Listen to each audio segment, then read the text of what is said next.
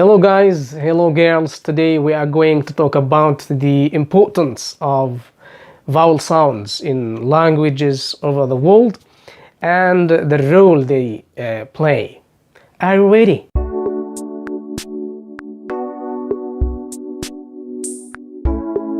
أهلا وسهلا بكم من جديد في قناة معلومة جديدة New Information Channel. هذا هو موسى سروري.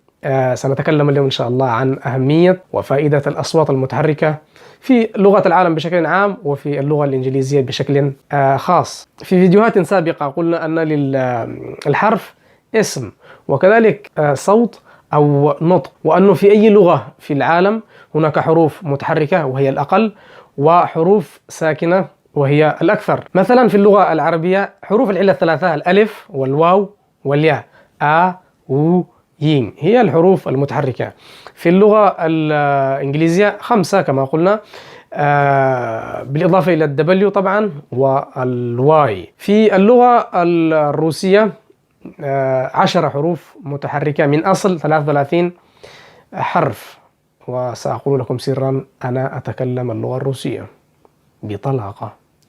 إذا عندكم أي أسئلة اكتبوها في كومنت. وأحيانا قد يصل الحال أن يكون الحروف المتحركة تقترب من نصف حروف الأبجدية كما في اللغة الفيتنامية، وهذه لا أجيدها. في اللغة الفيتنامية تقريبا 12 أو 13 حرف من أصل 29 هي حروف متحركة. فلو شفت يعني يوما ما فيتنامي يتكلم فما تستغربش يعني، لأنه أغلب كلامهم حروف متحركة. يعني قد يكون في الكلمة 5 حروف متحركة وحرفان ساكنان، فلا تستغرب يعني. وقلنا في فيديوهات سابقة بأن الحرف المتحرك شيء والصوت المتحرك شيء. فمثلا نطق أي حرف متحرك يعني A, إن، I, O, U، هذه حروف متحركة يعني نطقها خارج الكلمة. أما نطقها ضمن الكلمة فلها أصوات أخرى. يعني لو أخذنا حرف إيش؟ الA، فمثلا في كلمة بات فإنه لا ينطق A وإنه ينطق بات، رات، كات، والأمثلة كثيرة يعني. وكذلك الحال مع الحرف الساكن، هناك حرف ساكن وهناك صوت ساكن. الحرف الساكن يسبب الصوت الساكن، يعني الحرف الساكن سبب والصوت الساكن نتيجة. مثلا حرف W، W ينطق مفرد كحرف W، لكنه ضمن الكلمات ينطق was، watch، wash إلى آخر ذلك. ولكن هناك ملاحظة مهمة. لو عندنا في لغة ما كما في اللغة الإنجليزية مثلا 5 حروف متحركة، هذا لا يعني أنه عندنا 5 أصوات متحركة. بالعكس، ال5 الحروف في اللغة الإنجليزية، ال5 الحروف المتحركة الA والE والI والO والU تولد ما يقارب 40 صوتا متحركا. يعني الA هذا يعني في كلمة مثلا، في كلمة كما قلنا في كلمة بات ينطق ولكنه ينطق كما في كلمة name، وينطق كما في كلمة many، وينطق كما في كلمة father. فتلاحظون أنه الحرف A لديه أصوات مختلفة حسب موقعه في الكلمة وحسب تواجده مع الحروف الأخرى. يبقى السؤال: What is the importance of vowel sounds؟ ما فائدة أو أهمية الأصوات المتحركة؟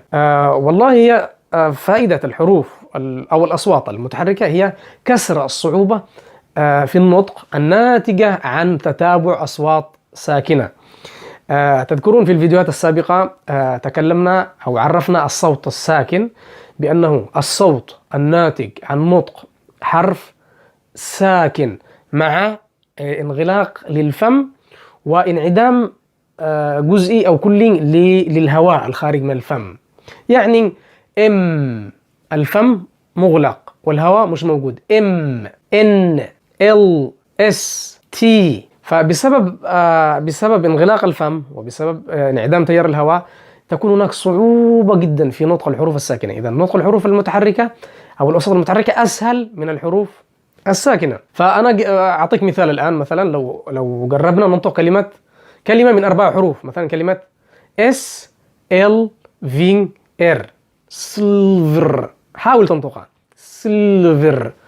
هذه الحروف ال4 كلها حروف ساكنة وتنتج أصوات ساكنة وهي متتابعة أو متوالية، فمن يصعب نطق هذه الكلمة. لكن لو أضفنا حروف متحركة مثلا حرف الآي بعد الإس، س، سل، والإين بعد الفين، ستصبح الكلمة سيلفر، سهلة نطقها.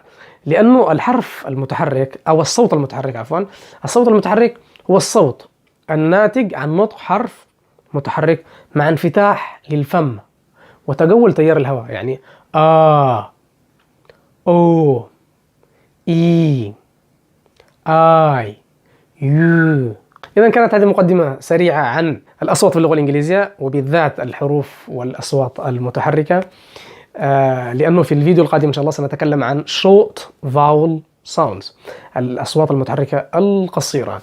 فإذا يا شباب ضروري نركز على شيء، في هناك اسم حرف وهناك نطق أو صوت حرف، وعندنا كذلك حرف متحرك، صوت متحرك، حرف ساكن، صوت ساكن. ما فائدة الحروف المتحركة؟ كسر الصعوبة الناتجة عن تتابع أصوات ساكنة في الكلمة، وضربنا كلمة سيلفر على سبيل المثال. كان معكم موسى السروري، وإلى فيديو جديد، والسلام عليكم ورحمة الله تعالى وبركاته. تتا for now and bye.